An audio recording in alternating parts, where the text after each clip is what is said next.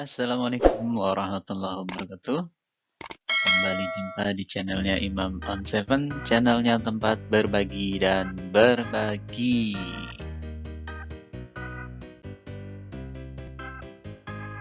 Kita akan membahas pembelajaran tema 1, selamatkan makhluk hidup, subtema yang ketiga. Ayo, selamatkan hewan dan tumbuhan. Hari ini kita memasuki pembelajaran yang ketiga. Dan pembelajaran hari ini adalah sebagai berikut. Dan untuk kegiatan pembelajaran hari ini dapat kita lihat di dalam buku paket halaman berikut. Melestarikan tumbuhan. Tumbuhan harus kita lestarikan agar tidak punah. Yang berikut upaya-upaya yang dapat dilakukan untuk melestarikan tumbuhan. Pertama, mengembangbiakan tumbuhan yang sudah kita manfaatkan. Misalkan mengembangbiakan tumbuhan secara vegetatif alami atau vegetatif buatan. Kemudian tidak menebang pohon secara sembarangan. Yang ketiga, melakukan tebang pilih, artinya menebang pohon dengan memilih ukuran dan usia tumbuhan yang sesuai. Dengan demikian diharapkan kelestarian tumbuhan dapat terjaga. Perkembangbiakan secara generatif adalah perkembangbiakan tumbuhan melalui perkawinan antara sel kelamin jantan yaitu benang sari dan sel kelamin betina atau putik. Perhatikan gambar berikut. Pada perkembangbiakan secara generatif terjadi penyerbukan, yaitu jatuhnya serbuk sari ke kepala putik.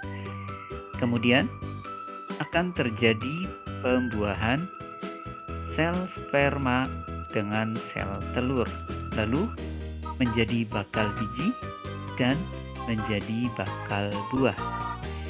Kemudian calon tumbuhan baru akan diselimuti oleh daging buah. Setelah masak, bijinya yang jatuh ke tanah atau ditanam oleh manusia kemudian berkecambah, lalu tumbuhlah tumbuhan baru. Demikian terjadinya alur dari perkembangbiakan secara generatif. Kemudian perkembangbiakan yang selanjutnya yaitu terjadi secara vegetatif atau perkembangbiakan tumbuhan tanpa perkawinan. Perkembangbiakan secara vegetatif dibedakan menjadi dua, yaitu perkembangbiakan vegetatif alami dan perkembangbiakan vegetatif buatan. Perkembangbiakan vegetatif alami adalah perkembangbiakan tanpa bantuan manusia. Contohnya, rizoma atau akar tinggal. Contoh tanaman yang berkembang biak dengan rizoma yaitu jahe, kunyit, kencur, temulawak, dan lengkuas. Kemudian umbi lapis. Contoh tumbuhan yang berkembang biak dengan cara umbi lapis adalah bawang merah, bawang putih, bawang bombay, bakung, dan lain-lain.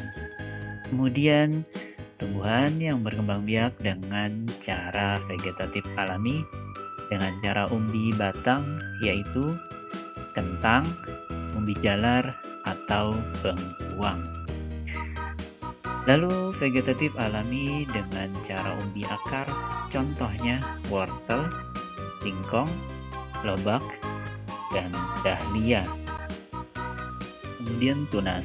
Contoh tumbuhan yang berkembang biak dengan tunas yaitu bambu, pisang, tebu. Kemudian juga dengan menggunakan tunas adventif yaitu cocor bebek dan kusuma wijaya. Selanjutnya dengan spora, contohnya lumut, tumbuhan paku, dan suplir. Lalu dengan geragi atau stolon, contohnya arbe, rumput, stroberi, dan antanan. Perkembangbiakan vegetatif buatan dapat dilakukan dengan cara cangkok, stek batang, dan menyambung. Atau Mengembangbiakan tumbuhan langka dengan kultur jaringan, seperti tanaman anggrek sebagai upaya pelestarian tumbuhan agar terhindar dari kepunahan. Nah, kultur jaringan adalah suatu metode untuk memisahkan bagian dari tanaman seperti sel, jaringan atau organ, misalnya daun, akar, batang, tunas, dan sebagainya, serta membudidayakannya dalam lingkungan yang terkendali dan aseptik, sehingga bagian tanaman tersebut dapat memperbanyak diri atau beregenerasi menjadi tanaman lengkap.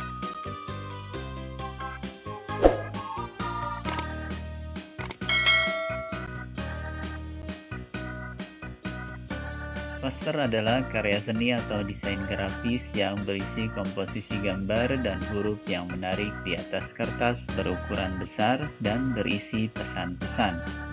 Poster biasanya ditempel di tembok, di tempat umum, di kendaraan, dan di tempat strategis yang dikunjungi banyak orang dan mudah dibaca. Berikut urutan menggambar desain poster. Perhatikan sketsanya, kemudian dilengkapi bentuknya, lalu diberi warna. Ini ada beberapa contoh hewan dan tumbuhan yang digambar untuk membuat gambar poster. Silakan kalian belajar menggambar sketsanya terlebih dahulu, kemudian menyempurnakannya dan dilengkapi dengan gambar serta pensil berwarna tentunya agar menjadi lebih menarik. Dan nanti kita akan membuat poster secara keseluruhan. Membuat simpulan berdasarkan peta pikiran. Simpulan dapat dibuat dengan menemukan informasi penting dari sebuah teks terlebih dahulu. Kemudian simpulan disajikan dalam satu kalimat yang berisi pernyataan yang berasal dari ide pokok dalam teks. Lalu simpulan teks dapat dibuat dalam bentuk peta pikiran. Nah, simpulan yang baik berisikan pesan yang ingin disampaikan kepada pembaca, kemudian intisari dari tulisan.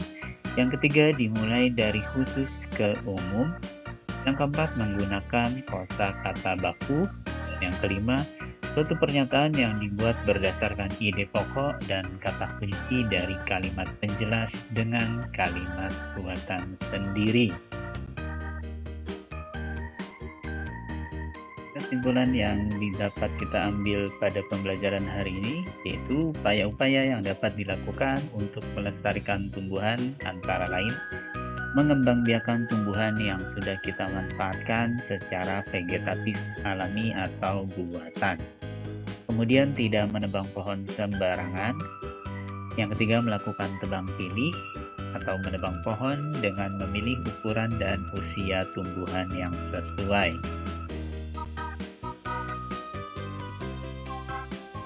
Sebagai bentuk evaluasi kita terhadap pembelajaran yang telah kita lalui hari ini, kalian dapat mengerjakan latihan soal yang ada di buku paket tema 1 halaman berikut. Atau bisa juga mengerjakan latihan online pada link soal yang disertakan di deskripsi video ini. Terima kasih telah mengikuti pembelajaran hari ini. Jangan lupa untuk subscribe agar kalian dapat mengikuti pembelajaran berikutnya. Terima kasih. Assalamualaikum warahmatullahi wabarakatuh.